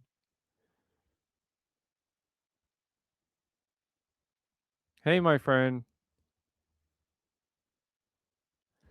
Hey, Sherry, how are you? Good to see you. I haven't seen you in ages. Good to see you, my friend. Hope you're doing well. Yeah, it does sort of make sense, right? That looks like a fake picture, eye patch and a priest outfit. It could be like one of his artistic visions. Let me see if I can take you back to the sun and what else we might know. Yeah, I'm gonna take you out here. Give me 2 minutes. I'm trying to get you to another video.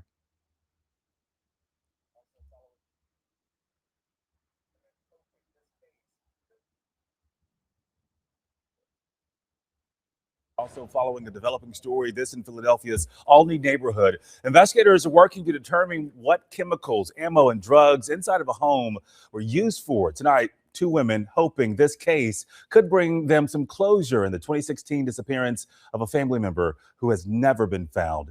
44-year-old Eugene Horsch is in custody tonight. This as police work to put the pieces together. Action News reporter Amanda Pitts live for us in Albany with what we're learning. Amanda.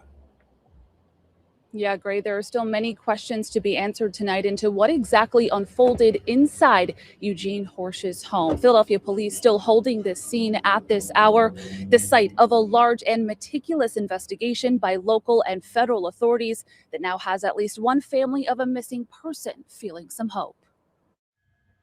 44-year-old Eugene Horsch is behind bars on drug and firearms charges while investigators try to piece together what exactly he was doing with the chemicals, guns, ammo, and That one is very quiet. Let me take you out to a better one that will hopefully not be as quiet. Hold on. Investigation at a home in Albany. Philadelphia police and the FBI are poring over evidence found in the house here on the 400 block of West Chew Avenue, including an array of chemicals. Today, the suspect at the center of all of this was in federal court. Action News reporter John Paul live for us now in Albany with the details. John. Yeah, Shari, police still here today. They've been here for days now. At least two officers are here at this point. There's also the yellow crime scene tape up. That is the house that they're focused on. Now, we haven't seen any officers go in the house today. All this, though, is to preserve any evidence that they might want to go back and take another look at. Meanwhile, the suspect, Eugene Horsch, was in federal court. Crime scene tape and police still surround this home on Chew Avenue in Albany, some 5 days after police executed a search warrant. As police guard the home, the man at the center of the case, 44-year-old Eugene Horsch, appeared in federal court for an initial appearance on gun and drug charges. We've learned he will remain in federal custody as this case continues. Tonight, we're learning more about some of the evidence recovered inside on Friday, including a 55-gallon drum in the basement, chemicals, and zip ties. Documents obtained by Action News revealed there was also a handwritten note that mentioned serial killer Ted Bundy and ways to dispose of trash. The note was unsigned. This all started June 19th with the disturbance on the 600 block of Market Street on Independence Mall. Police say Horsch had a fake DEA credential, and a woman he was with gave a fake ID with the name of a woman who had been reported missing.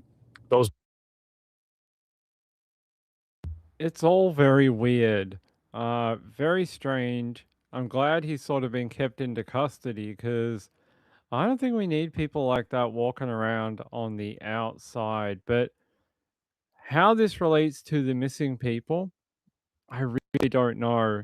And here's a photo from inside of their home. I'm going to show it to you. Here's a photo. I don't know if that is Amy McHale when she was younger. I'm trying to find out. It is. So that is Amy McHale and R.C. Horsch when they got married September 10th, 2004. That is their wedding photo. And So apparently, Amy McHale and Raymond met on the streets when she was battling pneumonia and needed medical care. She had long struggled with mental health issues and drug and alcohol addiction. She saw Raymond, or RC, an erotic photographer and filmmaker 30 years her senior, as her rock. He was like her savior. So what happened to her in 2016?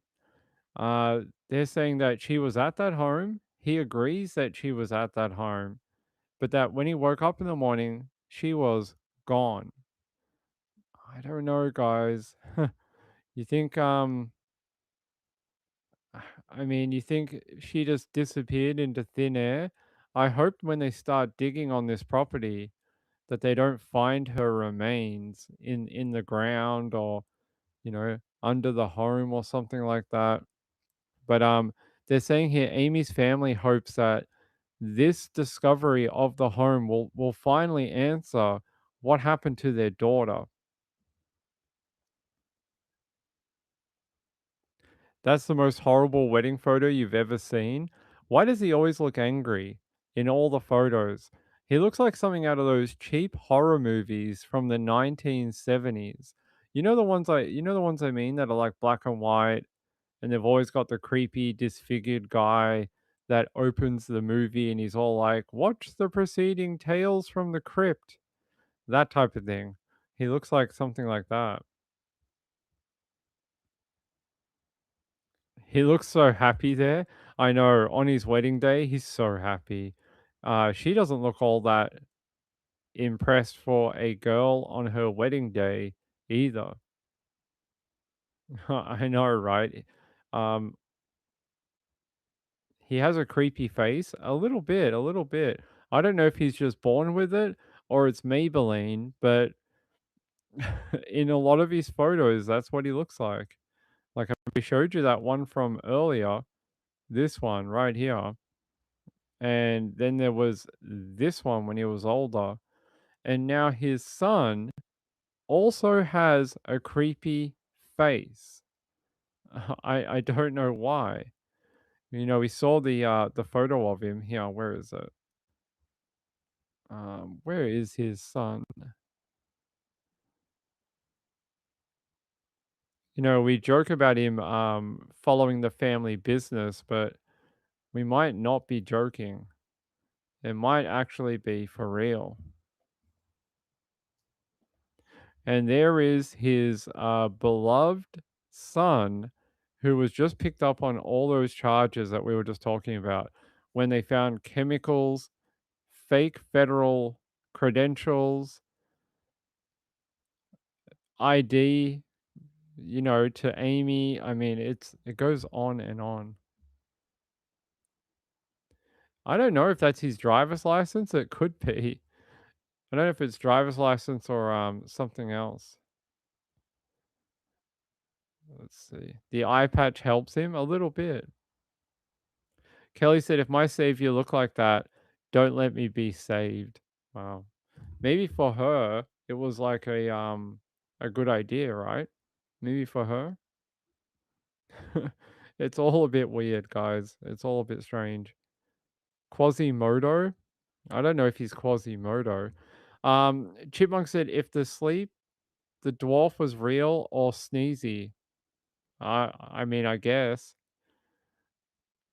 Nature or nurture, according to SP Mama. Wow. I just want to know what is in the yard and what is in the basement. And if they're saying that there's no bodies in the basement, well, hurry up and do the front and backyard, because you have potentially 2 missing women that have never been found, and I'm sure their families would like to find them, right? I'm sure their families would. Let me see.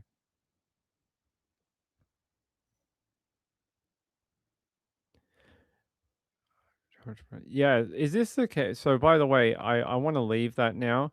There was in Alameda County today, Victor Friesen, 30. Is this the case that you guys were talking about earlier in California? Victor Friesen, he was found guilty of second-degree murder and corporal injury to a romantic partner with great bodily harm. I want to delve more into this one tomorrow, and it is based on a woman that he killed, and I'm just trying to find. This is the young lady that he is accused of killing. And I'm wondering if this is the one that you guys were talking about from California. That is Zoe Nicaridi Watts, and that is her name. And she is accused of killing the 25-year-old girl, Zoe. And he is due to be sentenced on September 17. He was found guilty of murder and the torture of his girlfriend, Zoe, the girl you see in the photo right there. But yeah, so I'm not sure if this is the one that you guys were trying to bring to my attention earlier, but we can have a look into it tomorrow.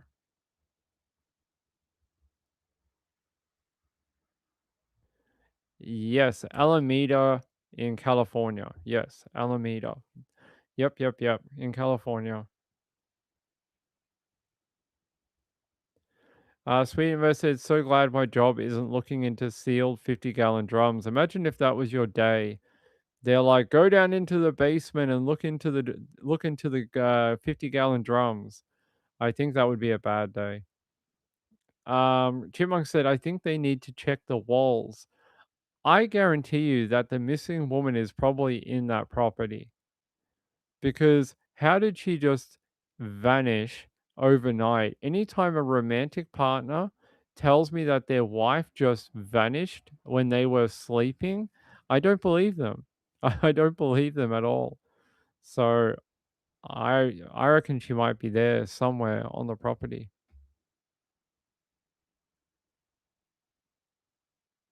Kelly says, can you look into the 10-year-old boy being charged as an adult for baby sister murmur in Missouri too? Yes, I can put that on the list for tomorrow.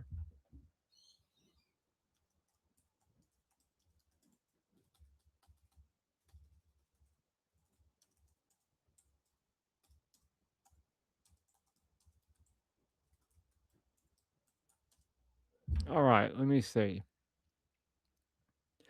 I do see that one. 10-year-old charged with murder after infant shot dead.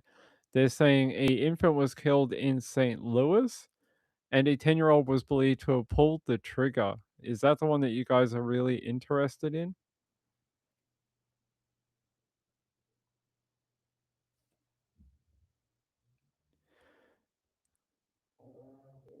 Um,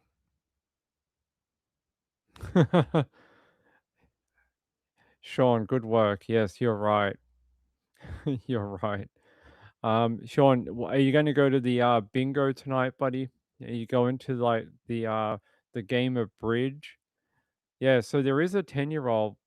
Have they released a name? It's a little white boy. Is it this guy? Here, I'll show you a photo. 10-year-old kid, not a very good photo, but he's been charged as an adult in the no, that's a different one. He was charged in the death of an elderly woman. That's not the same one, is it? No, that was a long time ago. That was in 2014. Yeah, where's the one that we They're saying here 10-year-old charged with murder after infant shot, according to investigators. An infant was shot and killed in St. Louis, and a 10-year-old was believed to have pulled the trigger. Police said a 7-month-old, later identified as Kyomi Parker, was shot in the afternoon of June 25th in the Baden neighborhood. Officers said they did a scoop and go on the baby, grabbing her from the scene and putting her in the backseat of a police car to rush her to hospital. And they're saying she was pronounced dead at the hospital, even though the officers valiantly tried to save her life.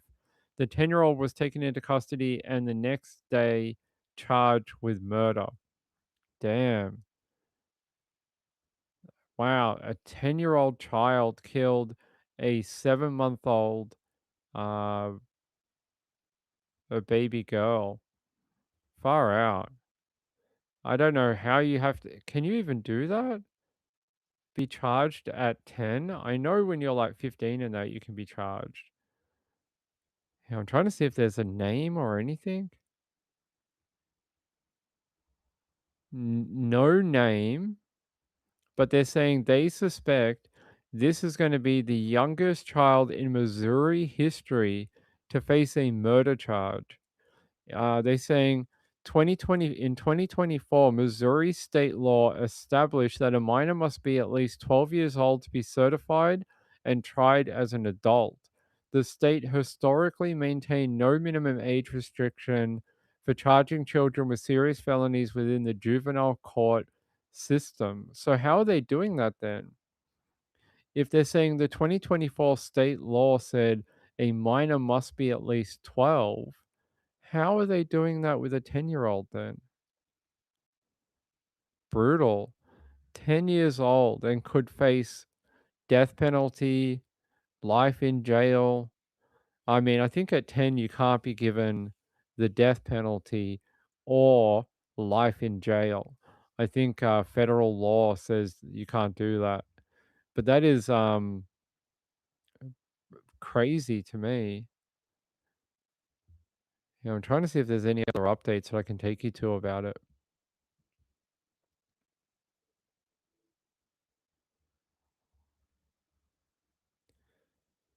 Yep, here. There are certain types of calls that no officer ever wants to get. And the District 6 officers got that call tonight. A young life becomes another statistic tonight to gun violence. We sent the alert to you a few minutes ago. The baby shot in a St. Louis home has now died, and the investigation deepens. Just before 4:30 this afternoon, First Alert 4 learned of the infant being shot at a home on North Broadway near Halls Ferry Road in North City. That's close to Calvary Cemetery, and it's where we find our Casey Zanowick, who's live for us tonight. Casey, what can you tell us? Yeah, Morgan, it's truly a heartbreaking scene here tonight. We're standing on North Broadway here in the Baden neighborhood, where we just learned a couple hours ago an infant was shot, and we just learned that it was a 7-month-old girl who has now died in the hospital. Now, the scene is still very active right now. We're still officers are still here trying to determine what exactly happened. But what we do know is that officers were called here around 4 o'clock after receiving reports of a shooting. When they arrived, they say they found a 7-month-old baby girl with a gunshot wound in that home. Officers then quickly did what they call a scoop and go and placed that baby in the back of an SUV to get her to the hospital. And with the help of other District 6 officers, they closed numerous roads to get that infant there as fast as possible. But sadly, we have just learned that she has died in the hospital. Now, police say homicide and child abuse detectives are now on scene. They have contained the scene of the shooting to inside the home and are not currently searching for a suspect. Police say they also have no reason to believe the child accidentally shot herself, but police told us they are currently conducting interviews with family members who were in the home when this incident occurred. They also said a 19-year-old was charged with firearm offenses, probably because the 10-year-old child was able to get a hold of the gun. So the 19-year-old probably owns the firearm, and he's the one who's been charged with that. But 10 years old, now facing a murder trial for shooting a 7-month-old child and killing her. I don't think I've, every so often one of these pop up, but just brutal, brutal. Yeah, 7 months old. Little cracker box house. It is sort of like that. Yeah, imagine getting that call, 10 years old, shot and killed, and the officers put her in the back of the police car and rushed her to hospital, but she died en route. It's sad. Marlene said in Pennsylvania there was an 11-year-old who shot his stepmother and was expecting. Oh my God. He did juvie until 21 and was let out after that. I suspect it'll be something like that here too. You can't be held for death penalty at, I think it's under 15. No, no, no. No, no. The 10-year-old is not the father of the 7-month-old. I believe most likely the 19-year-old is the father of the 7-month-old.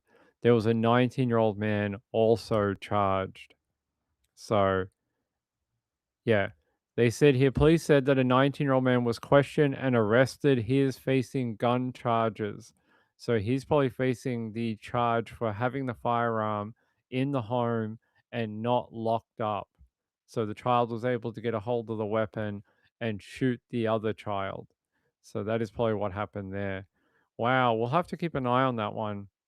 A 10-year-old, I've never heard of that before, where they've killed another child like that. I mean, we've heard weird ones before, but I don't know about that.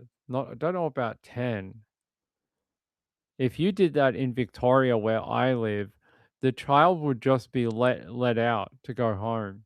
They cannot be charged with a capital offense at 10 years old in Victoria. It would just be called an accident, and that would be it. You would not have any charges if you lived in Victoria, Australia. There'd be nothing. They'd just be like, oh, it's a kid, and they'd probably blame the adult. They wouldn't blame the 10-year-old. They'd blame the adult who had the firearm. So, yeah. Yeah, charged as an adult, but no name, nothing else given in relation to who the 10-year-old child is. So, and it says here, back in 2014, there was a 10-year-old charged as an adult when the 10-year-old killed a 90-year-old woman in Pennsylvania. So there was one over in Pennsylvania as well. But that was like over 15 years ago. Yeah, very horrible case, right? No one wins here. Right. Yeah, we weren't allowed, when I was a kid, we weren't allowed to have play guns. My parents wouldn't allow it. They were like, they're weapons, they're not to play with. And yeah, we weren't allowed to have any weapons as toys when I was a kid. Hey, Snapcrack Pupple, how are you, my friend? Where have you been? I haven't seen you in ages. All right. Let's get out of here. I know Snapcrackle just made it, and we're about to go. I love you all. I'll be back tomorrow night.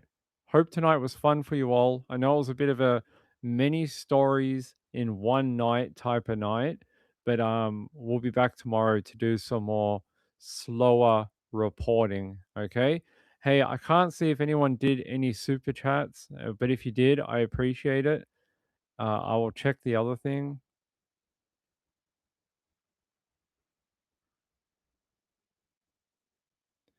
No, but I will say thank you to my friend Nick. Nick, thank you for supporting the channel. I appreciate it. Thank you for always doing that every month. It's very kind of you. I know you watch on the replay every night. Thank you, my friend. And I will see you tomorrow. Good night, everyone. Bye.